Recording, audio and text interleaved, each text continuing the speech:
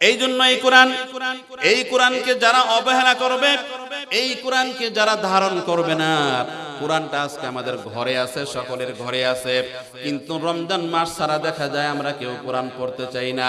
রমজান মাস আসলে 2 খতম 5 খতম 10 খতম কোরআন শরীফে পড়ি, কিন্তু সারা রমজান ছাড়া একবারও 1 খতম কোরআন শরীফ পড়ার তৌফিক হয় না। আল্লাহ পাক রব্বুল আলামিন সূরা তাহা আয়াত নম্বর 124-25 যারা কোরআনকে অবহেলা করবে আল্লাহ বলেন, ওমান আ'রাদু আন যিকরি ফাইন্না লাহু মাঈশাতান দানকান ওয়া নাহশুরুহু ইয়াওমাল কিয়ামাতি আ'মা قال رب لم حشرتني أعمى وقد كنت بصيرا قال كذلك أتتك آياتنا فنسيتها وكذلك اليوم تنسى আল্লাহ পাক রব্বুল আলামিন বলেন, ওমান আ'রাদা আন যিকরি, ও দুনিয়ার বান্দা বান্দিরা ভালো করিয়া শুনিয়া লও, যে ব্যক্তি আমার এই স্মরণ থেকে, আমার জিকির থেকে, আমার কোরআন থেকে বিমুখতা প্রদর্শন করবে, কোরআন থেকে মুখ সরায় নেবে, কোরআনকে অবহেলা করবে, ফাইন্না লাহু মাঈশাতান দনকা, আমি তাকে দুনিয়ার জীবনটাকে আমি সংকীর্ণ করে দিব। শুধুমাত্র ধন দৌলত থাকলেই আরাম পাওয়া যায় না, ঠিক কিনা বলেন? ধন দৌলত মানুষকে শান্তি দিতে পারে না, টাকা পয়সা মানুষকে শান্তি দিতে পারে না। বহু টাকার মালিক আমাদের কাছে এসে আফসোস করে, বহু টাকাওয়ালা পয়সাওয়ালা ঢাকার শহরে 8টা 10টা বাড়ির মালিক আমাদের পিছনে শুধু দোয়ার জন্য ঘুরে। এই যে গত কয়েকদিন আগেও আমার মহল্লায় এক ব্যক্তি, অনেকগুলা বাড়ির মালিক, আমার সঙ্গে সে টঙ্গী ইজতেমা যাবে, কোনোদিন ইজতেমায় সেইভাবে যায় নাই। আমি তাকে বললাম, ভাই চলেন আমার সাথে, একদিন যাবেন, শনিবার দিন ইজতেমার ময়দানে যাবেন। উনি বললেন, হুজুর আমি শুক্রবার দিন নেশার পরে আপনাকে জানাবো। শুক্রবার দিনের সারার পরে আয়েশা বলে, হুজুর ওযু ইস্তেঞ্জার যে চাপ, আমার মনে হয় ওখানে যাওয়া সম্ভব হবে না। আমি বললাম, ঠিক আছে, যেহেতু আমি নিয়ত করছি, আপনিও নিয়ত করছেন, এক কাজ করেন, আমরা সকালবেলা রওনা হব, যাব। যেহেতু আপনার ব্যক্তিগত গাড়ি নিয়ে আপনি যাবেন, ড্রাইভারও সাথে থাকবে, যদি আপনার ওযু ইস্তেঞ্জার চাপ আমি সামলাইতে না পারি, আপনি যখন বলবেন তখনই আমি চলে আসব। আর যদি দেখি আপনার জন্য ভালো কোনো ব্যবস্থা আছে, তাহলে আমরা রাত্র পর্যন্ত থাকবো, 9টা পর্যন্ত থাকবো। এইভাবে পরের দিন সকালবেলা উনি বললেন, ঠিক আছে হুজুর, আমি ড্রাইভারকে দেখি পাওয়া যায় কিনা। ড্রাইভারকে ফোন দিয়ে বললেন, সকালবেলা আমরা রওনা হয়ে গেলাম। আমি আল্লাহর কাছে দোয়া করলাম, ও আল্লাহ, এই লোকটা কোনোদিন টঙ্গী ইজতেমায় এইভাবে আসে নাই। আমি জিজ্ঞাসা করলাম, আপনি কোনোদিন এইভাবে ময়দানে বসছেন, বয়ান শুনছেন? না হুজুর। ঢাকার শহরে তার 8টা 10টা বাড়ির মালিক। উনি সৌদি আরবে যত বড় বড় এরকম ভাবে প্রজেক্ট ছিল, যত বড় বড় কোম্পানি ছিল, 10টা কোম্পানির মধ্যে উনি যেই কোম্পানির চাকরি করতেন, ওই একটা কোম্পানি 10টা কোম্পানির একটা, উনি ওই কোম্পানির ম্যানেজার ছিলেন। ভালো মনের একজন মানুষ। আমি তাকে নিয়ে বসাইলাম, সকাল 10টায় উলামায়ে কেরামের বয়ান হবে। আল্লাহ তাআলা আমার সঙ্গে একজন সরকারি কর্মচারীর আমার সাথে পরিচয় হয়ে গেল। উনি ফায়ার সার্ভিসে চাকরি করে। বলে, হুজুর আমাদের কাছে একটা কার্ড আছে, সরকারি ঊর্ধ্বতন কর্মকর্তাদের জন্য ভিআইপির ওযুখানার ব্যবস্থা আছে, আপনি চিন্তা করবেন না, ওনার ওযু ইস্তেঞ্জার দায়িত্ব তো আমি নিয়ে নিলাম। বলেন সুবহানাল্লাহ। আল্লাহ তাআলা কেমনি মিলায়া দেয়, আমারও সুযোগ হয়ে গেল। ওনাকে আমি নিয়ে গেলাম ভিআইপি ওযু ইস্তেঞ্জার জন্য। উনি সারাদিন অপেক্ষা করলেন। আমি বললাম, ড্রাইভারকে পাঠিয়ে দেন। বলে, হুজুর ড্রাইভারকে পাঠিয়ে দিতে হবে না, আমাদের পরিবারের সকলের এক একজনের এক একটা গাড়ি, যার যখন যেদিকে মন চায় সে তার ওই গাড়ি নিয়ে যায়, আমার গাড়ির জন্য আরেকজন অপেক্ষা করবে না। সারাদিন আমার সাথে থাকলো। সন্ধ্যার পরে রাত্র 10টা বাজে আমরা আসলাম। আমার বলার উদ্দেশ্য হলো, ধন দৌলত মানুষকে শান্তি দিতে পারে না, টাকা পয়সা মানুষকে শান্তি দেয় না।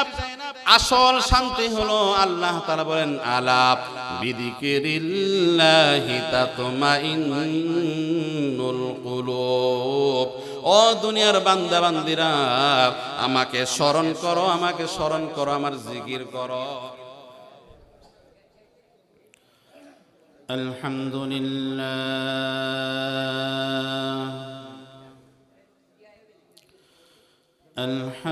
لله الذي جعل الشمس والقمر بحسبان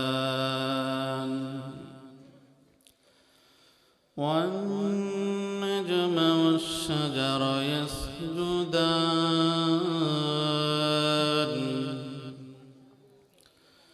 وفضل سمانا على سمان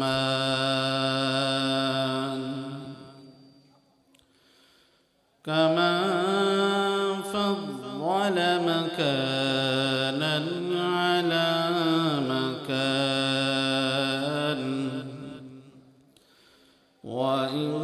وإنسانا على إنسان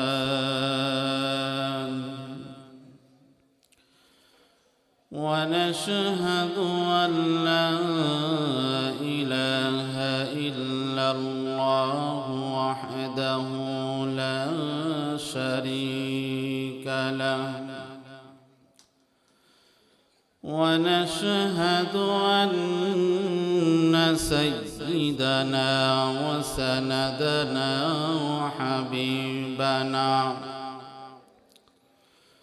وحبيب ربنا ومرشدنا ومولانا محمد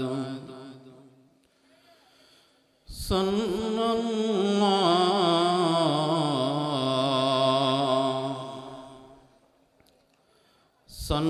الله تعالى عليه وعلى آله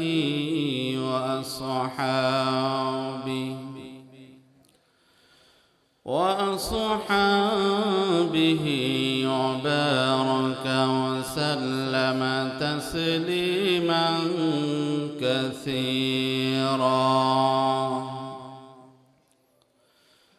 الذي أرسله الله تعالى بالحق بشيرا ونذيرا وداعيا إلى الله بإذنه وسراجا وقمرا منيرا.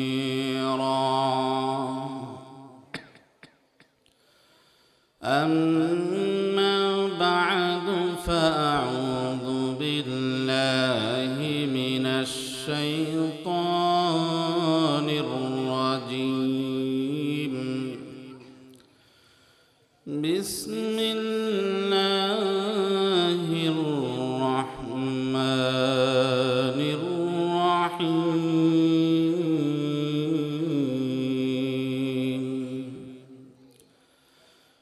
إن الله وملائكته يصلون على النبي يا أيها الذين آمنوا صلوا عليه وسلموا تسليما. সকলে দুরূদ শরীফ পড়ি। اللهم صل على محمد وعلى آل محمد كما صليت على إبراهيم وعلى آل إبراهيم إنك حميد مجيد. اللهم بارك على محمد وعلى آل محمد كما باركت على إبراهيم وعلى آل إبراهيم إنك حميد مجيد بلغ العلا بكماله كشف الدجى بجماله حسنت جميع خصاله صلوا عليه وآله সকলে মোহাব্বতের সাথে বলি بلغ العلا بكماله كشف الدجى بجماله حسنت جميع خصاله صلوا عليه الحمد لمن قدر خيرا وخبالا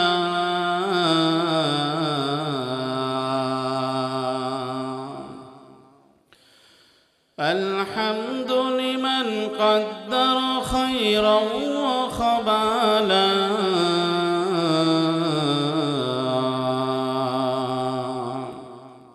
والشكر لمن صور حسنا وجمالا والشكر لمن صور حسنا وجمالا الأول والآخر والظاهر حقا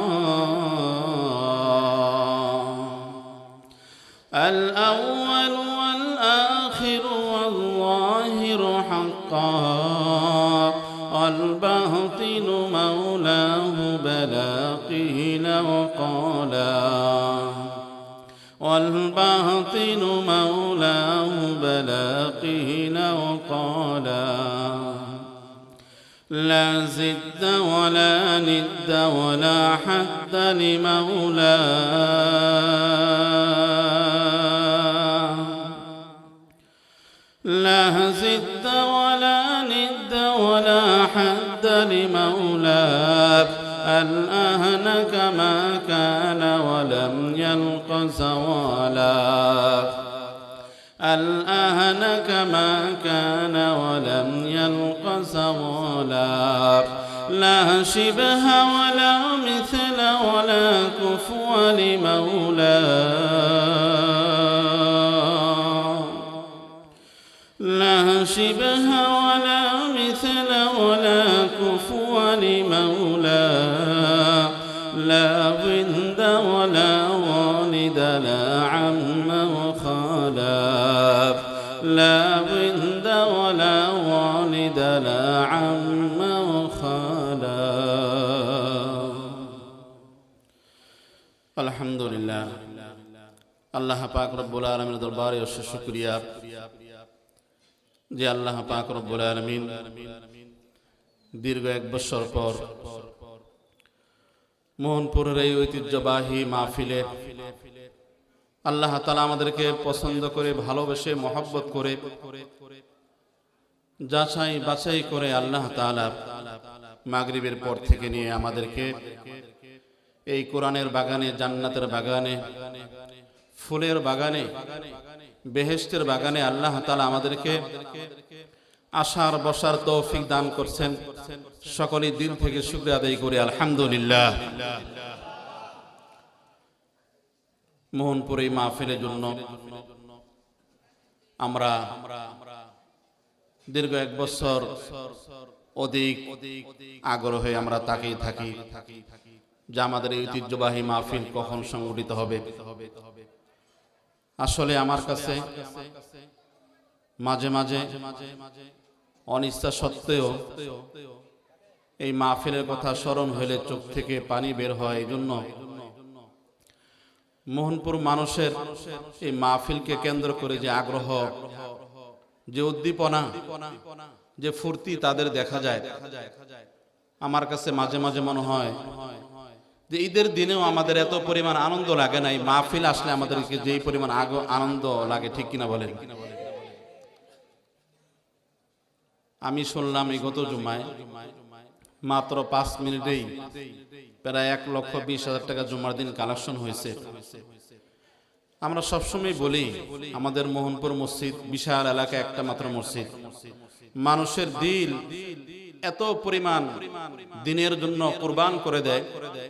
প্রবাসী ভাইয়েরা যখনই আসে, যখনই তাদের কাছে আমাদের মসজিদ কমিটিতে যারা আছেন তাদের কাছে চান, সাথে সাথে তারা কোনো বিষয় না করেন না। আমি সকলের কাছে আবারও অনুরোধ জানাবো, আপনাদের সামনে একটা কোরআন শরীফ হাতে নিয়েছি। আমি সকল যুবক ভাই যারা এদিক সেদিক ঘোরাফেরা করতেছি, আমরা খুব দ্রুত চলে আসি, অল্প সময়ে কোরআন থেকে এবং হাদিস থেকে কিছু আলোচনা করব ইনশাআল্লাহ তাআলা। পৃথিবীর বুকে যত গ্রন্থ আল্লাহ তাআলা দান করছেন, সবচেয়ে শ্রেষ্ঠ গ্রন্থের নাম কি বলেন দেখি? আল কোরআনুল কারীম। আমার পূর্বে আমাদের এই প্রিয় ভাই, মহব্বতের ভাই শেখ মোহাম্মদ আব্দুল্লাহ কওমি মাদ্রাসার নায়েব মুহতামিম জনাব মুফতি হাবিবুর রহমান সাহেব এই সম্পর্কে যথেষ্ট সুন্দর আলোচনা করছেন। কোরআনের আলোচনা আজ থেকে 1400 বছর আগে শুরু হয়েছে, কিয়ামত পর্যন্ত চলবে। এর আলোচনা কি হবে না? শেষ হবে না। আমি ইদানিং আমার জুমার মসজিদে কোরআন থেকেই আমি আলোচনা করার চেষ্টা করি, কারণ শহরের মানুষ শিক্ষিত মানুষ, তারা দলিল প্রমাণ সহ কথা শুনতে চায়। কোরআন কারীম যে ব্যক্তির দিলের ভিতরে আছে, যে ব্যক্তি কোরআনকে ভালোবাসে, মহব্বত করে, চুমু খায়, চোখে লাগায়, এই ব্যক্তিকে আল্লাহ তাআলা জাহান্নামের আগুনে জ্বালাইতে পারেন না, ঠিক কিনা বলেন? এই যে ব্যক্তি কোরআন কারীম নিয়মিত তেলাওয়াত করবে, আল্লাহ পাক রব্বুল আলামিন এই ব্যক্তির ঘরে কোনোদিন রিজিকের অভাব দিবেন না, বলেন সুবহানাল্লাহ। দেখেন কোরআন কারীমের 27 নম্বর পারা সূরা আর রহমানের পরের সূরা সূরাতুল ওয়াকিয়া। সূরাতুল ওয়াকিয়া 56 নম্বর সূরা। এই সূরার বিশেষ একটা বৈশিষ্ট্য, যেটা তাফসীরে ইবনে কাসির সহ বিভিন্ন তাফসীর গ্রন্থে আলোচনা হয়েছে। যদি আজকের মাগরিবের পর থেকে নিয়ে রাত 12:30 পর্যন্ত একটা কথার উপর আমল করতে পারি, তাহলে আমার আপনার জীবন ধন্য আমি মনে করব। আমি কয়েকটা আমলের কথা বলবো কোরআন এবং হাদিস থেকে, এবং কয়েকটা এই সম্পর্কে ঘটনা টানবো। খলিফাতুল মুসলিমিন হযরত উসমান গনি রাদিয়াল্লাহু তাআলা আনহু ইসলামের তৃতীয় খলিফা। প্রথম খলিফা আল্লাহ রাসূলের ইন্তেকালের পরে হযরত আবু বকর সিদ্দিক রাদিয়াল্লাহু তাআলা আনহু, দ্বিতীয় খলিফা হযরত ওমর ফারুক রাদিয়াল্লাহু তাআলা আনহু, তৃতীয় খলিফা হযরত উসমান গনি রাদিয়াল্লাহু তাআলা আনহু। হযরত আব্দুল্লাহ ইবনে মাসউদ রাদিয়াল্লাহু তাআলা আনহু মুমূর্ষ অবস্থায় বিছনায় পড়া। হযরত আব্দুল্লাহ ইবনে মাসউদ রাদিয়াল্লাহু তাআলা আনহুকে বলা হয় সবচেয়ে বড় ফকিহ, বা এই উম্মতের মধ্যে সবচেয়ে বড় মুফতি। তার নাম হলেন হযরতে আব্দুল্লাহ ইবনে মাসউদ রাদিয়াল্লাহু তাআলা আনহু। সবচেয়ে বড় মুহাদ্দিস এই উম্মতের মধ্যে হযরতে আব্দুল্লাহ ইবনে আব্বাস রাদিয়াল্লাহু তাআলা আনহু। মুফাসসির, সবচেয়ে বড় মুফাসসির হযরতে ইবনে আব্বাস রাদিয়াল্লাহু তাআলা আনহু। এই উম্মতের মধ্যে সবচেয়ে বড় মুহাদ্দিস হযরতে আবু হুরায়রা রাদিয়াল্লাহু তাআলা আনহু। হযরতে উসমান গনি রাদিয়াল্লাহু তাআলা আনহুর খেলাফতের জামানাতে হযরতে আব্দুল্লাহ ইবনে মাসউদ রাদিয়াল্লাহু তাআলা আনহু মুমূর্ষ অবস্থায় খলিফাতুল মুসলিমিন তাকে দেখতে আসলেন। এসে দেখেন খলিফাতুল মুসলিমিন হযরত আব্দুল্লাহ ইবনে মাসউদ রাদিয়াল্লাহু তাআলা আনহু বিছানার মধ্যে শোয়া, মৃত্যুর সাথে পাঞ্জা লড়তেছে। ডাক দেয়া বলেন, ও ভাই আব্দুল্লাহ ইবনে মাসউদ রাদিয়াল্লাহু তাআলা আনহু, মা তাশতাকি, আপনার কি রোগ হয়েছে, কি অসুস্থ হয়েছে আপনার? আমরা অনেক সময় মানুষ অসুস্থ হইলে তার বাড়িতে যাই, তার হালত জিজ্ঞাসা করি, ভাই কি হয়েছে? খলিফাতুল মুসলিমিন জিজ্ঞাসা করলেন, মা তাশতাকি, আপনার কি রোগ হয়েছে, কি হয়েছে আপনার? আব্দুল্লাহ ইবনে মাসউদ রাদিয়াল্লাহু তাআলা আনহু তিনি বললেন, যুনুবি, আমার সবচেয়ে বড় রোগ হলো আমার গুনাহ। মৃত্যু সরজায় এত বড় একজন সাহাবী, যাকে বলা হয় এই জমানার উম্মতের মধ্যে সবচেয়ে বড় মুফতি, তিনি মৃত্যুর সময়ও গুনাহের জন্য এতটা পেরেশান, তিনি বললেন আমার সবচেয়ে বড় রোগ হলো আমার গুনাহ। খলিফাতুল মুসলিমিন ডাক দেয়া বলে, মা তাশতাহি, ও ভাই আব্দুল্লাহ ইবনে মাসউদ, আপনার এই মুহূর্তে কি মনে চায়? কোন খাবার দাবার ভালো কিছু আপনার মনে ইচ্ছা করে নাকি? কি আপনার মনে চায়? হযরত আব্দুল্লাহ ইবনে মাসউদ রাদিয়াল্লাহু তাআলা আনহু বলেন, এই মুহূর্তে আমার সবচেয়ে বেশি যেটা প্রয়োজন, রহমাত রাব্বি, আমি আমার রহমত, আমার রবের রহমত আমি সবচেয়ে বেশি কামনা করি। বলেন সুবহানাল্লাহ। রবের রহমত আমার এই মুহূর্তে সবচেয়ে বেশি প্রয়োজন। খলিফাতুল মুসলিমিন ডাক দিয়ে বলেন, ও ভাই আব্দুল্লাহ ইবনে মাসউদ রাদিয়াল্লাহু তাআলা আনহু, আমি আপনার জন্য কোন ডাক্তার অথবা কবিরাজ তালাশ করে নিয়ে আসি, যে আপনার চিকিৎসা করবে। আব্দুল্লাহ ইবনে মাসউদ রাদিয়াল্লাহু তাআলা আনহু ডাক দিয়ে বলেন, আত-তাবিবু আমরাজানি, ও ভাই খলিফাতুল মুসলিমিন, আপনি কোন ডাক্তার তালাশ করবেন, কোন কবিরাজ আপনি ডেকে আনবেন আমার রোগের চিকিৎসা করার জন্য? সবচেয়ে বড় ডাক্তার, সমস্ত ডাক্তারদের ডাক্তার, সমস্ত কবিরাজদের কবিরাজ, আহকামুল হাকিমিন, তিনি তো আমাকে রোগ দিয়েছেন। বলেন সুবহানাল্লাহ।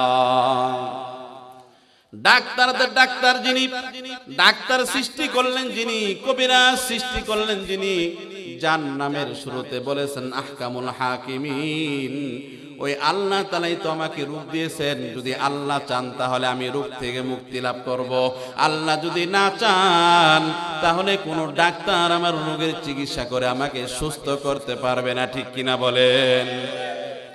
খলিফাতুল মুসলিমিন ডাক দিয়া বলে, ও ভাই আব্দুল্লাহ ইবনে মাসউদ,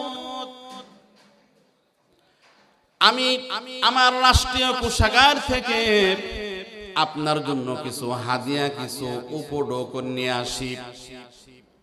আব্দুল্লাহ ইবনে মাসউদ রাদিয়াল্লাহু তাআলা বলেন, না না, আমার এটার প্রয়োজন নাই। লা হাজাতা লি ফিহা, এটা আমার কোনো প্রয়োজন নাই। খলিফাতুল মুসলিমিন বলে, আপনার প্রয়োজন নাই, কারণ আপনার তো ইন্তেকাল হয়ে যাবে। আপনার ইন্তেকালের পরে আপনার ঘরে যে কন্যা সন্তানগুলো রয়েছে, আপনার কন্যা সন্তানরা আমার দেওয়া এই সম্পদ থেকে তারা উপকৃত হবে। আপনি অনুমতি দিলে রাষ্ট্রীয় কোষাগার থেকে কিছু মাল সামানা দৌলত আমি তাদের জন্য এনে দেই। এবার আব্দুল্লাহ ইবনে মাসউদ রাদিয়াল্লাহু তাআলা আনহু যেই কথা বলার জন্য ঘটনাটা টানলাম, আব্দুল্লাহ ইবনে মাসউদ রাদিয়াল্লাহু তাআলা আনহু ডাক দিয়ে বলেন, ও ভাই খলিফাতুল মুসলিমিন, আপনি আশঙ্কা করতেছেন আমার ইন্তেকালের পরে হয়তোবা আমার কন্যা সন্তানরা অনাহারে দিন যাবত করবে। না না, আমি তো এই আশঙ্কা করি না, কারণ আমি সরকারে দু আলম জনাব মুহাম্মদুর রাসূলুল্লাহ সাল্লাল্লাহু আলাইহি ওয়াসাল্লামের পবিত্র জবান থেকে আমি শুনেছি আল্লাহ রাসূল বলছেন, মান ক্বারা সূরাতাল ওয়াকিআতি কুল্লা লাইলাতিন লাম তুসিবহু ফাকাতুন আবাদা।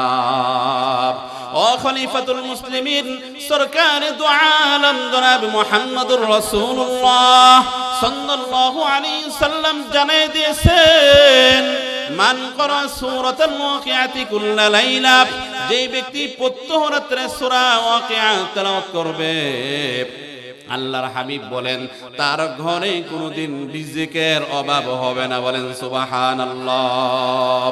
ও খলিফাতুল মুসলিমিন, যেই দিন থেকে আমি এই হাদিস শুনেছি সেই দিন থেকে আমার কন্যা সন্তানদেরকে আমি সূরাতুল ওয়াকিয়ার তালিম দিয়েছি। আমার ঘরে প্রত্যহ মাগরিবের নামাজের পরে আমার ঘরে আমার কন্যা সন্তানগুলো সূরা ওয়াকিয়া তেলাওয়াত করে। আমার আপনার কথা মিথ্যা হতে পারে, বিশ্ব নবী সরকার দু আলম জনাবে মুহাম্মদুর রাসূলুল্লাহ সাল্লাল্লাহু আলাইহি ওয়াসাল্লামের কথা মিথ্যা নয়। আমার কন্যারা যখন সূরাতুল ওয়াকিয়ার আমল শুরু করেছে, আমার ঘরে কোনোদিন আর খাবারের অভাব হবে না। বলেন সুবহানাল্লাহ। একটু আওয়াজ দিয়ে বলেন আল্লাহু আকবার, আর আওয়াজ দিয়ে বলেন আল্লাহু আকবার। আল্লাহ পাক রব্বুল আলামিন দিতে চাইলে পৃথিবীর কোনো মানুষের ক্ষমতা নাই এটা কেড়ে নেবে, ঠিক কিনা বলেন? আল্লাহ যদি কেড়ে নিতে চান পৃথিবীর কোনো মানুষ এরকম নাই তাকে দিবে। এই জন্য দেখা যায় নদীর কুল ঘরে গুল ভাঙ্গে, এই তো নদীর খেলা। সকাল বেলার বাদে সারে তুই ফকির সন্ধ্যা বেলা, ঠিক কিনা? বহু বহু লোক আজকে দেখেন, এই যে ফিলিস্তিনে বহু মানুষ এরকমও তো ছিল যাদের 5 তলা বাড়ি ছিল, ঠিক কিনা? 5 তলা 10 তলা বাড়িওয়ালা ছিল, কিন্তু যেই কোনো কারণবশত ইসরায়েলিদের বোমা হামলায় আজকে তার থাকার পর্যন্ত জায়গা নেই। চোখের সামনে সন্তান চলে গেছে, সন্তানের সামনে বাবা মা চলে গেছে, রক্ত রঞ্জিত হয়েছে, বাড়িঘর নিঃশেষ হয়ে গেছে। হাসপাতালগুলোতে তারা বোমা বর্ষণ করে মুমূর্ষ ব্যক্তিদেরকেও তারা উড়াই দিয়েছে। আল্লাহ পাক রব্বুল আলামিন মাঝে মাঝে পরীক্ষা দেখান। ইমানদারের ইমান যত বেশি মজবুত তত বেশি তার পরীক্ষা হবে কঠিন, ঠিক কিনা বলেন? হযরত ইব্রাহিম আলাইহিস সালাতু ওয়াস সালাম আল্লাহর খলিল ছিলেন, তার ঈমান যত বেশি মজবুত ছিল আল্লাহ তাআলা তাকে আগুনের ভিতরে ফেলে তার ঈমানের সবচেয়ে বেশি পরীক্ষা নিয়েছেন, ঠিক কিনা বলেন? বাহ্যিকভাবে যদি দেখা গেছে এটা আগুনের কুণ্ডলী, কিন্তু হযরত ইব্রাহিম আলাইহিস সালাতু ওয়াস সালাম বলেন আমি দুনিয়ার জীবনে যেই সময়গুলো অতিবাহিত করেছি, ওই যে ফেরাউনের দলেরা, নমরুদের দলেরা যে আগুনের কুণ্ডলী বানিয়েছিল, আমি 40 দিন পর্যন্ত যে আগুনের ভিতরে ছিলাম, এত শান্তিতে এত আরামে ছিলাম যে পৃথিবীর আর কোন সময় আমার এত আরামে কাটে নাই। বলেন সুবহানাল্লাহ। আগুনকে ফুলের বাগান বানায় দেয় কে? ফুলের বাগানকে আগুন বানায় দেয় কে? আল্লাহ পাক রব্বুল আলামিন সব কিছু করতে পারেন। এই জন্যই কোরআনটা যদি আমরা কোরআনের মালাটা গলায় লাগাইতে পারি, কোরআনটা যদি তেলাওয়াত করতে পারি, আল্লাহ পাক রব্বুল আলামিন সূরা আহজাব 22 নম্বর পারার 6 নম্বর পৃষ্ঠায় আল্লাহ পাক রব্বুল আলামিন ডাক দিয়ে বলেন ইন্না আরাদনাল আমানাতা আলাস সামাওয়াতি ওয়াল আরদ والجبال فأبين أن يحملنها وأشفقن منها وحملها الإنسان إنه كان ظلوما جهولا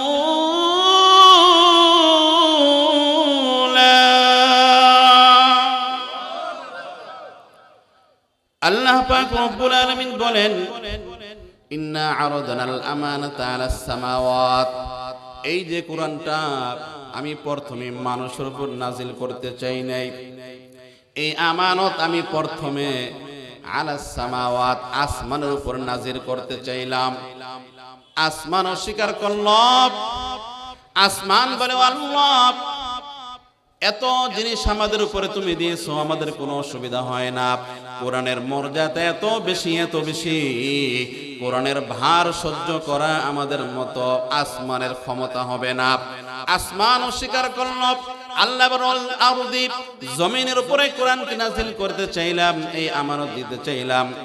ফাআবাইনা আন ইয়াহমিলনাহা ওয়া আশফাকনা মিনহা, জমিন অস্বীকার করলো, জমিন ভয় পেয়ে গেল। জমিন আল্লাহর ডাক দেয়া বলে, আল্লাহ, এই যে জমিনের মধ্যে এত বড় বড় পাহাড় পর্বতগুলো তুমি রেখে দিয়েছো, এগুলোর বার বোঝা বহন করতে আমাদের কোনো অসুবিধা হয় না, কিন্তু কোরআনের মর্যাদা এত বেশি, এইটাকে বহন করার মতো ক্ষমতা আমার নাই। এবার আল্লাহ তাআলা জিবাল, পাহাড়ের উপরে কোরআনকে নাযিল করতে চাইলেন, পাহাড় অস্বীকার করলো। ফাবাইনা ইয়াহমিলনাহা ওয়া আশফাকনা মিনহা ওয়া হামালাহাল ইনসান ইন্নাহু কানা যালুমান জাহুলা। মানুষের উপরে যখন কোরআনটা নাযিল করতে চাইলেন, মানুষ এইটাকে গ্রহণ করলো, এটাকে বহন করলো। আল্লাহ পাক রব্বুল আলামিন বলেন, মানুষ না বুঝিয়া না জানিয়া এই কোরআনটাকে গ্রহণ করছে। এই কোরআনের মর্যাদা কত, কোরআনের মাহাত্ম্য কত, আল্লাহ তাআলা সূরা ওয়াকিআয় কোরআনের মর্যাদা বোঝানোর জন্য, কোরআনের মাহাত্ম্য বোঝানোর জন্য তারকারাজির শপথ খাইলেন। ওয়া ইন্নাহু লাকসামুল লাউ তা'লামুনা আযীম ইন্নাহু লাকুরআনুন কারীম ফি কিতাবিন মাকনুন লা ইয়ামাসসুহু ইল্লাল মুতাহহারুন তানসীলুম মির রাব্বিল আলামিন। কোরআনে কারিমের মর্যাদা বোঝানোর জন্য আল্লাহ তাআলা আসমানের শপথ, তারকারাজির শপথ করে বললেন, ইন্নাহু লাকুরআন, এটা এমন একটা কোরআন, ইন্নাহু লাকুরআনুন কারীম, এটা সম্মানিত কোরআন। মানুষ না বুঝে কোরআনকে গ্রহণ করলো, এই জন্য আল্লাহ বলেন, ইন্নাহু কানা যালুমান জাহুলা, মানুষ হলো অত্যন্ত মূর্খ, জাহেল, না বুঝে কোরআনটাকে গ্রহণ করে নিল।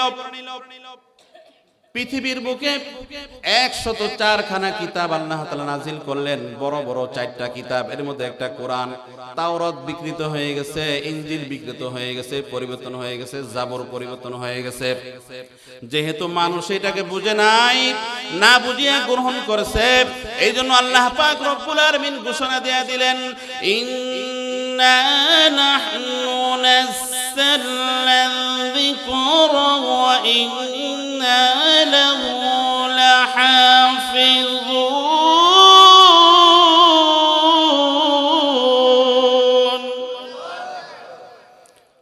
আল্লাহ পাক রব্বুল আলামিন বললেন, যেহেতু মানুষ কোরআনটাকে না বুঝে গ্রহণ করছে, এই কোরআন তো তারা হেফাজত করতে পারবে না, বাকি আমি আল্লাহ তাআলা স্বয়ং জিম্মাদারি নিলাম, এই কোরআনকে আমি আল্লাহ তাআলাই হেফাজত করব। বলেন সুবহানাল্লাহ। সুতরাং যেহেতু আল্লাহ তাআলা এই কোরআনকে হেফাজতের দায়িত্ব নিয়েছেন, আল্লাহ পাক রব্বুল আলামিন যেহেতু কোরআনকে হেফাজত করবেন তিনিই ঘোষণা দিয়েছেন, সুতরাং পৃথিবীর কোন মানুষ, কোন বেঈমান, কোন কাফের, মুশরিক, কোন ইহুদি খ্রিস্টানদের ক্ষমতা নাই এই কোরআনের কোন ভুল ধরব তো দূরের কথা, কোন জবর জের পেশের পরিবর্তন করব তো দূরের কথা। আজ পর্যন্ত 1400 বছর আগের এই কোরআনের একটা নুকতা পর্যন্ত কেউ পরিবর্তন করার সাহস পায় না, ঠিক কিনা বলেন? আল্লাহ পাক রব্বুল আলামিন পৃথিবীর বুকে যত মানুষ, যত গ্রন্থ লেখে, বই লেখে, ওই বইয়ের ভূমিকাতে লিখে দেয় যে আমার এই বইয়ের ভিতরে যদি কোনো ভুল ভ্রান্তি হয়ে থাকে তাহলে আপনারা আমাকে দয়া করে অবগত করবেন, পরবর্তী সংস্কারে আমি এইটাকে সংশোধন করে নিব, ঠিক কিনা বলেন? কিন্তু আল্লাহ পাক রব্বুল আলামিন এই কোরআনটাকে নাজিল করার পরে চ্যালেঞ্জ করে দিলেন, ঘোষণা করে দিলেন, আলিফ লাম মিম যালিকাল কিতাবু লা রাইবা ফীহি হুদাল লিল মুত্তাকিন। 1 2 3 আল্লাহ পাক রব্বুল আলামিন চ্যালেঞ্জ করলেন, ঘোষণা দিয়ে দিলেন, দালিকাল কিতাব, এইটা এমন একটা কিতাব, লা রাইবা ফিহ, এর মধ্যে ভুল ভ্রান্তি তো দূরের কথা, এই কোরআনের ভিতরে সন্দেহ করারও কোনো অবকাশ নাই। বলেন সুবহানাল্লাহ। কেউ যদি বলে যে এর মধ্যে সন্দেহ আছে অমুক জায়গায়, এটারও কি নেই, কোনো সুযোগ নাই। কারণ এটা সংরক্ষণের দায়িত্ব কে নিয়েছেন? আল্লাহ পাক রব্বুল রক্ষণের দায়িত্ব নিয়েছেন। এটা যার ঘরে থাকে সেই ঘর থাকে নিরাপদ, এটা যার সিনায় থাকে এই ব্যক্তিও থাকে নিরাপদ। অনেক সময় দেখা যায়, আমি আপনি গাড়ি ঘোড়ায় চলি, গাড়ি ঘোড়ায় চলতে গেলে অনেক সময় অনেক অ্যাক্সিডেন্ট হয়। আপনারা জানেন এই গত 1 তারিখ বৃহস্পতিবার, 2 তারিখ শুক্রবার, 2 ভাইয়ের বিবাহের কথা ছিল।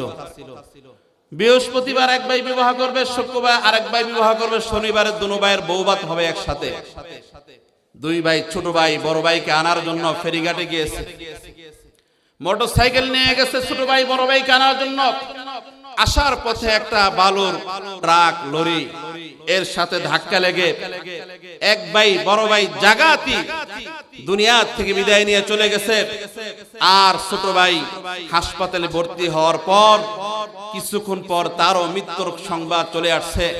আপনারা দেখছেন মোবাইলের ভিতরে, ইন্টারনেটে, ফেসবুকে, ওই ভাইদের বাড়ির ভিতরে প্যান্ডেল সাজানো আছে, বিবাহের সমস্ত আয়োজন করা হয়ে গেছে। 2 জন পুত্রের 2 জন পুত্রবধূ ঘরে আসবে, কিন্তু আল্লাহ পাক রব্বুল আলামিনের কি লীলা, দুনো ভাই যেখানে ঘরের ভিতরে জামাই হয়ে আনন্দ ফুর্তির সেই যেই ঘর, সেটা সকলের জন্য সুখের ছায়া হয়ে গেছে। ঠিক কিনা বলেন? আপনারা দেখছেন এই ঘটনা? কেউ দেখছেন? মাশাআল্লাহ। তাহলে আপনি চিন্তা করেন, মৃত্যু তো একদিন আমাদেরকে ধরবেই, মৃত্যুর হাত থেকে কেউ বাঁচতে পারবে না। কোন ব্যক্তি যদি গাড়িতে উঠে দোয়া পড়ে, দোয়া কি দোয়া? সুবহানাল্লাযী সাখখারা লানা হাযা ওয়া মা কুন্না লাহু মুকরিনিন ওয়া ইন্না ইলা রাব্বিনা লামুনকালিবুন। পারানি দোয়া, গাড়িতে উঠার দোয়া, নৌকায় উঠান না। গাড়ি ঘোড়াতে, অটোতে চলেন, রিক্সায় চলেন, বাসে চলেন, যত ধরনের যানবাহন আছে যেগুলো স্থলে চলে, পানিতে না, আপনি উঠেই দোয়া পড়বেন, সুবহানাল্লাযী সাখখারা লানা হাযা ওয়া মা কুন্না লাহু মুকরিনিন ওয়া ইন্না ইলা রাব্বিনা লামুনকালিবুন।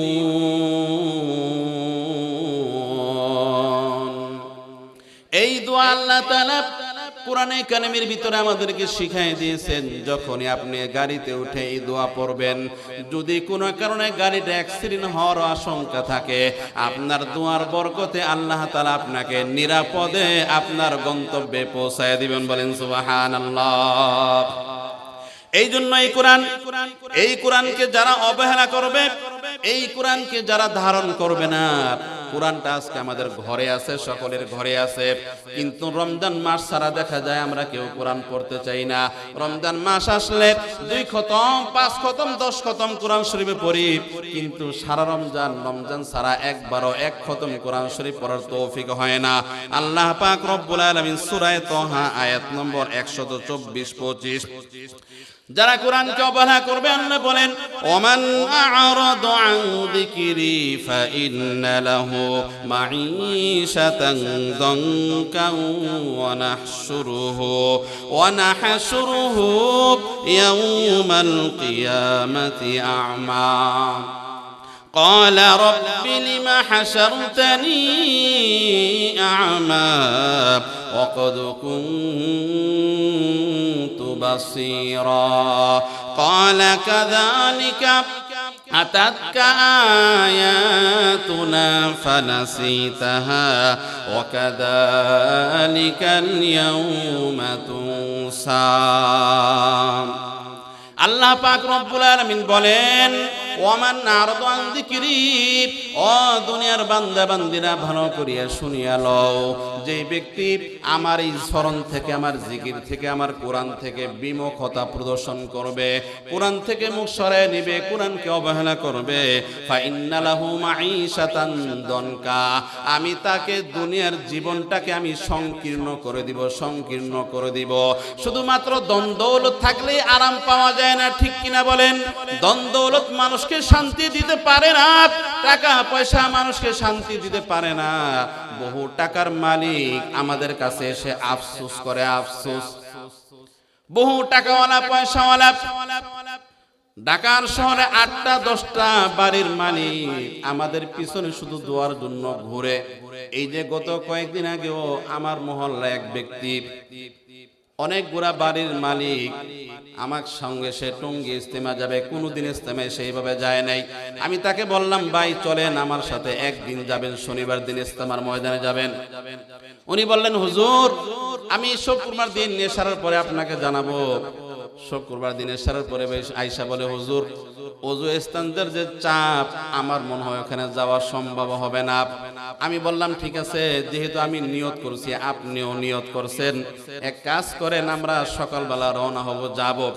যেহেতু আপনার ব্যক্তিগত গাড়ি নিয়ে আপনি যাবেন, ড্রাইভারও সাথে থাকবে, যদি আপনার ওযু ইস্তেঞ্জার চাপ আমি সামলাইতে না পারি, আপনি যখন বলবেন তখনই আমি চলে আসব। আর যদি দেখি আপনার জন্য ভালো কোনো ব্যবস্থা আছে, তাহলে আমরা রাত্র পর্যন্ত থাকবো, 9টা পর্যন্ত থাকবো। এইভাবে পরের দিন সকালবেলা উনি বললেন, ঠিক আছে হুজুর, আমি ড্রাইভারকে দেখি পাওয়া যায় কিনা। ড্রাইভারকে ফোন দিয়ে বললেন, সকালবেলা আমরা রওনা হয়ে গেলাম। আমি আল্লাহর কাছে দোয়া করলাম, ও আল্লাহ, এই লোকটা কোনোদিন টঙ্গী ইজতেমায় এইভাবে আসে নাই। আমি জিজ্ঞাসা করলাম, আপনি কোনোদিন এইভাবে ময়দানে বসছেন, বয়ান শুনছেন? না হুজুর। ঢাকার শহরে তার 8টা 10টা বাড়ির মালিক। উনি সৌদি আরবে যত বড় বড় এরকম ভাবে প্রজেক্ট ছিল, যত বড় বড় কোম্পানি ছিল, 10টা কোম্পানির মধ্যে উনি যেই কোম্পানির চাকরি করতেন, ওই একটা কোম্পানি 10টা কোম্পানির একটা, উনি ওই কোম্পানির ম্যানেজার ছিলেন। ভালো মনের একজন মানুষ। আমি তাকে নিয়ে বসাইলাম, সকাল 10টায় উলামায়ে কেরামের বয়ান হবে। আল্লাহ তাআলা আমার সঙ্গে একজন সরকারি কর্মচারীর আমার সাথে পরিচয় হয়ে গেল। উনি ফায়ার সার্ভিসে চাকরি করে। বলে, হুজুর আমাদের কাছে একটা কার্ড আছে, সরকারি ঊর্ধ্বতন কর্মকর্তাদের জন্য ভিআইপির ওযুখানার ব্যবস্থা আছে, আপনি চিন্তা করবেন না, ওনার ওযু ইস্তেঞ্জার দায়িত্ব তো আমি নিয়ে নিলাম। বলেন সুবহানাল্লাহ। আল্লাহ তাআলা কেমনি মিলায়া দেয়, আমারও সুযোগ হয়ে গেল। ওনাকে আমি নিয়ে গেলাম ভিআইপি ওযু ইস্তেঞ্জার জন্য। উনি সারাদিন অপেক্ষা করলেন। আমি বললাম, ড্রাইভারকে পাঠিয়ে দেন। বলে, হুজুর ড্রাইভারকে পাঠিয়ে দিতে হবে না, আমাদের পরিবারের সকলের এক একজন এক একটা গাড়ি, যার যখন যেদিকে মন চায় সে তার ওই গাড়ি নিয়ে যায়, আমার গাড়ির জন্য আরেকজন অপেক্ষা করবে না। সারাদিন আমার সাথে থাকলো। সন্ধ্যার পরে রাত্র 10টা বাজে আমরা আসলাম। আমার বলার উদ্দেশ্য হলো, ধন দৌলত মানুষকে শান্তি দিতে পারে না, টাকা পয়সা মানুষকে শান্তি দেয় না।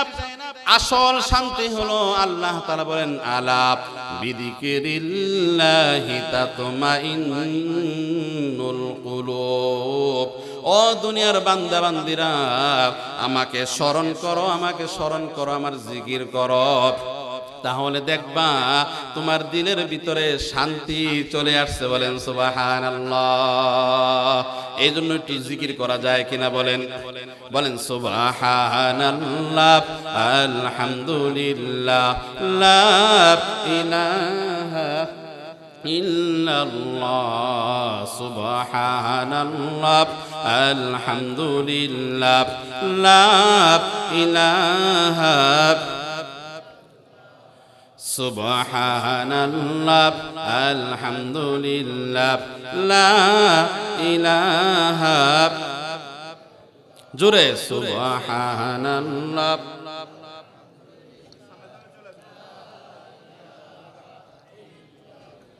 একটু সামনে সামনে জিকির করে সামনে চলে আসি, পিছনে অনেক দাঁড়ায় আছে, একটু সামনে দিকে চলে আসি। সুবহানাল্লাহ, আলহামদুলিল্লাহ, লা ইলাহা, তোমার নিশি খেয়ে পড়ে অবাধ্য হই কেমন করে তোমার নিশি খেয়ে পড়ে অবাধ্য হয় কেমন করে কোনো বাসা যেন খুঁজে না পাই শুকুর গুজার করার গো আল্লাহ সুবহানাল্লাহ আলহামদুলিল্লাহ লা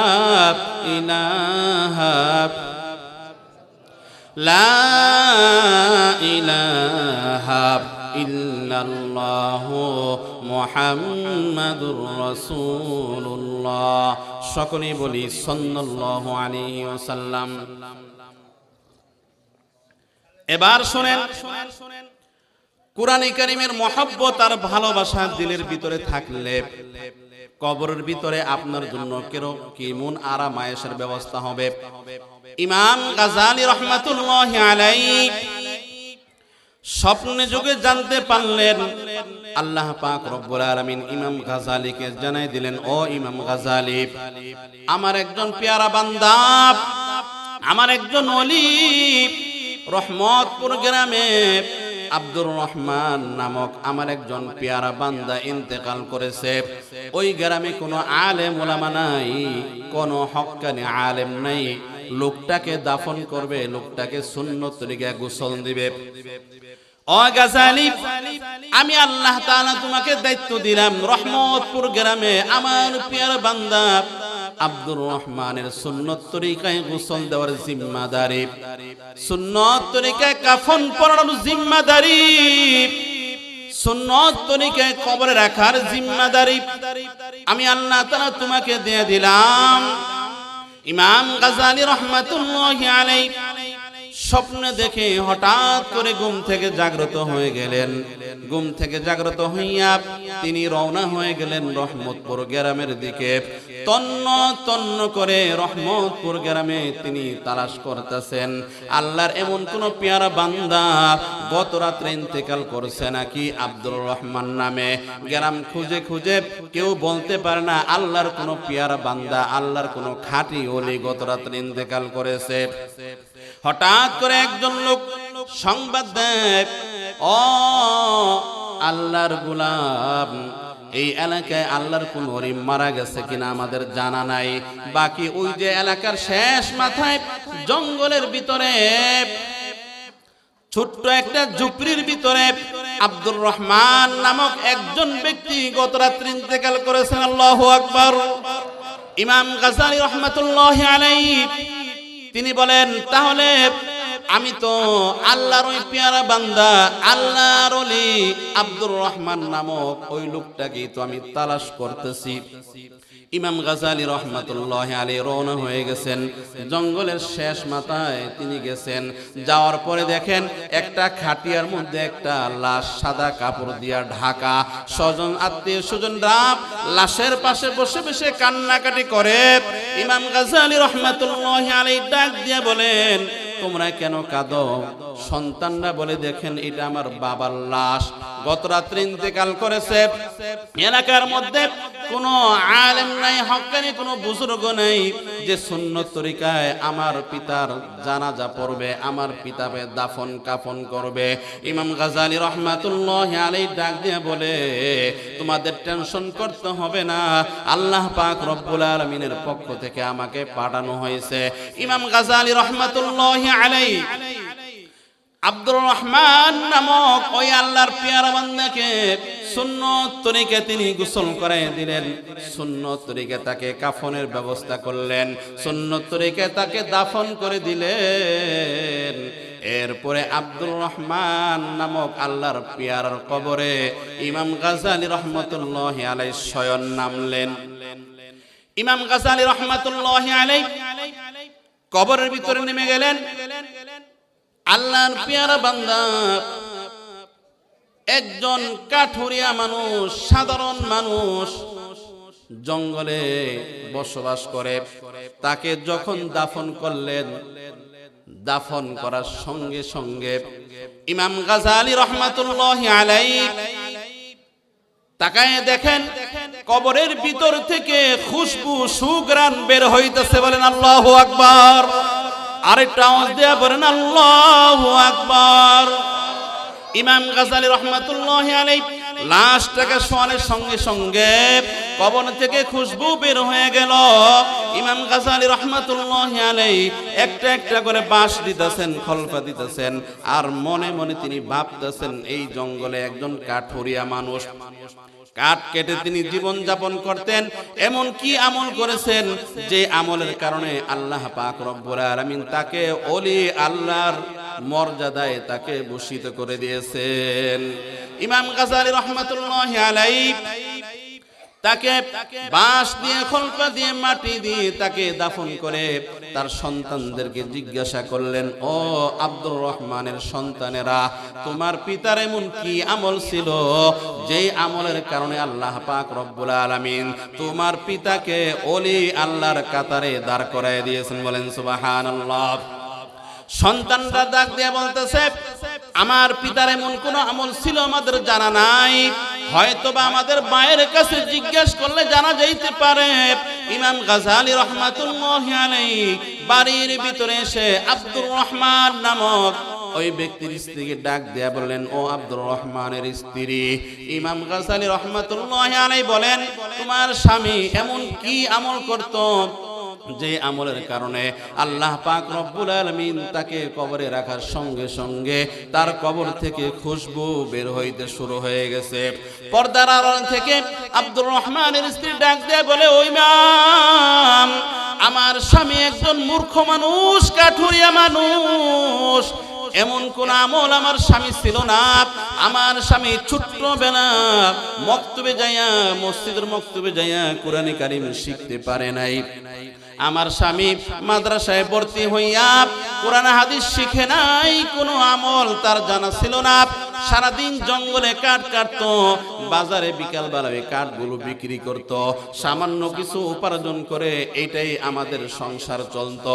ও ইমাম, এই যে তাকায় দেখো, আমাদের ঘরের মধ্যে ভালো কোনো খাট নাই, কোনো আলমিরা নাই, বাকি আমার স্বামী ওই যে তাকের উপরে একটা কোরআন দেখা যায়, এই যে গিলাপ দিয়ে পেঁচানো, আমার স্বামী সারাদিন কাজ করে, কাঠ বিক্রি করে, ঘরের ভিতরে প্রবেশ করিয়া ওই কোরআনটাকে তিনি যখন নামাইতেন, কোরআনটা নামাইয়া বুকের ভিতরে তিনি ধরে রাখতেন, আর চুমু খাইতেন, চোখে লাগাইতেন, আর ক্রন্দন করতেন, বাচ্চাদের মতো হাউ মাউ করে কেঁদে কেঁদে আল্লাহকে ডাক দেয়া বলতেন, আল্লাহ,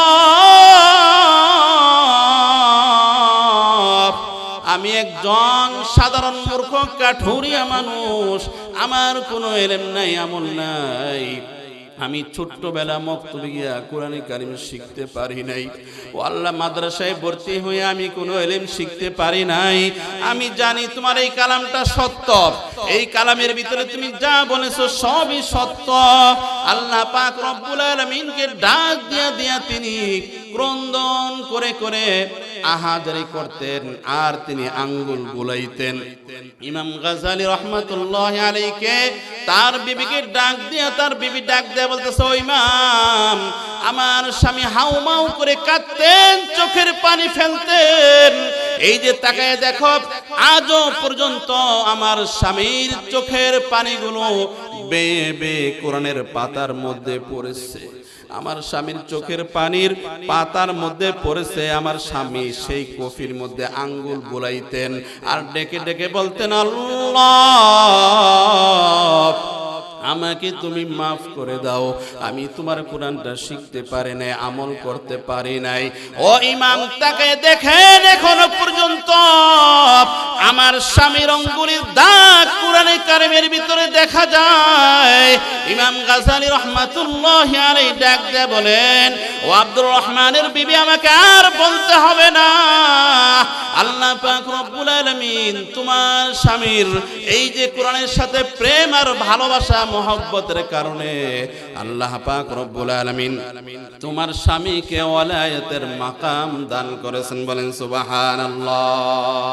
জোরে জোরে আওয়াজ করে বলেন আল্লাহু আকবার। আর একটু আওয়াজ করে বলেন আল্লাহু আকবার। আল্লাহ পাক রব্বুল আলামিন এই কোরআনের মর্যাদা দান করেছেন। এই কোরআন শুধু দুনিয়াতেই না, এই কোরআন জান্নাতেও চলবে, ঠিক কিনা বলেন?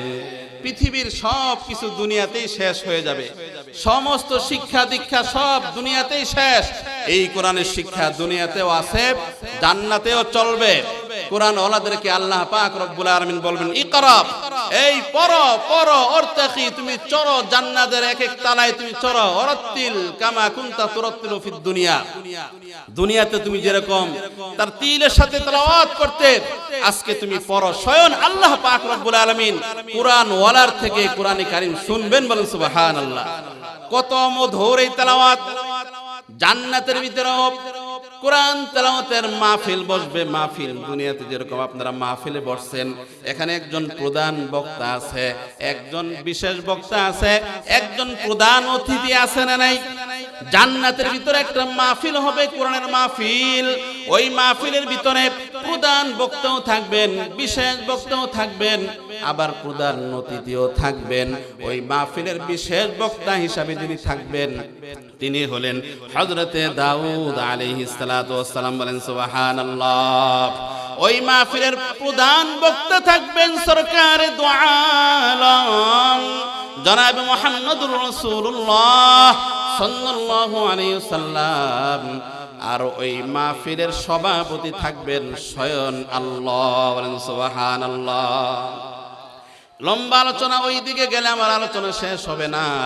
জান্নাতের ভিতরে হযরতে দাউদ আলাইহিস সালাম যখন আল্লাহ পাক রব্বুল আলামিন বলবেন বিশেষ বক্তাকে আগে বসবে, বিশেষ বক্তা দাউদ আলাইহিস সালাম যখন কোরআন কারীম তেলাওয়াত করতে শুরু করবেন, তার একটা কণ্ঠ থেকে 70 রকমের আওয়াজ বের হবে, বলেন সুবহানাল্লাহ। 70 রকমের আওয়াজ না, শুধু এক একটা আওয়াজ থেকে আরো 70 রকমের বিভিন্ন সুন্দর সুন্দর আওয়াজ বের হবে। জান্নাতীরা যখন তেলাওয়াত শুনতে থাকবে, শুনতে শুনতে শুনতে জান্নাতীরা বেহুশ হয়ে যাবে। আল্লাহ পাক রব্বুল আলামিন হঠাৎ করে থামায় দিবেন। জান্নাতীরা বলবে, ও আল্লাহ, কোরআন তেলাওয়াত থামায়েন না, চলতে দেন। আল্লাহ বলে, সবুর করো। এবার সরকারে দু আলম জনাব মুহাম্মদুর রাসূলুল্লাহ সাল্লাল্লাহু আলাইহি সাল্লাম প্রধান বক্তা, তাকে বলবেন, ও আমার হাবিব, আপনি তেলাওয়াত করেন। আল্লাহ রাসূল সূরা ইয়াসিন থেকে তেলাওয়াত করবেন, ইয়াসিন ওয়াল কুরআনিল হাকীম।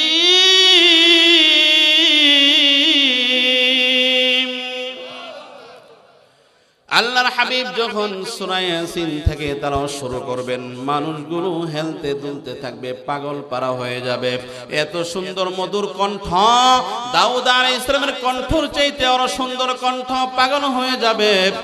এরপরে আল্লাহ তাআলা যখন আল্লাহর হাবিবকে থামায় দিবেন, আল্লাহ পাক রব্বুল আলামিন ডাক দিয়ে বলবেন, ও বান্দারা, দুনিয়ার ভিতরে আমার দেওয়াটা তোমরা বিভিন্ন মানুষের কণ্ঠে তোমরা শুনছো, এবার আমি আল্লাহ তাআলা যে তোমাদেরকে কোরআন দিলাম, এবার আমার কণ্ঠে তোমরা কোরআন শোনো, বলেন সুবহানাল্লাহ।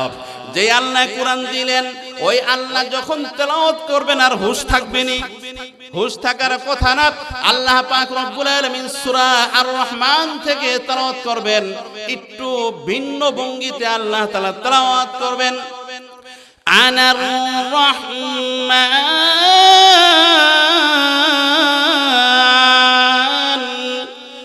আল্লামনাল কুরআন খালাকানাল ইনসান।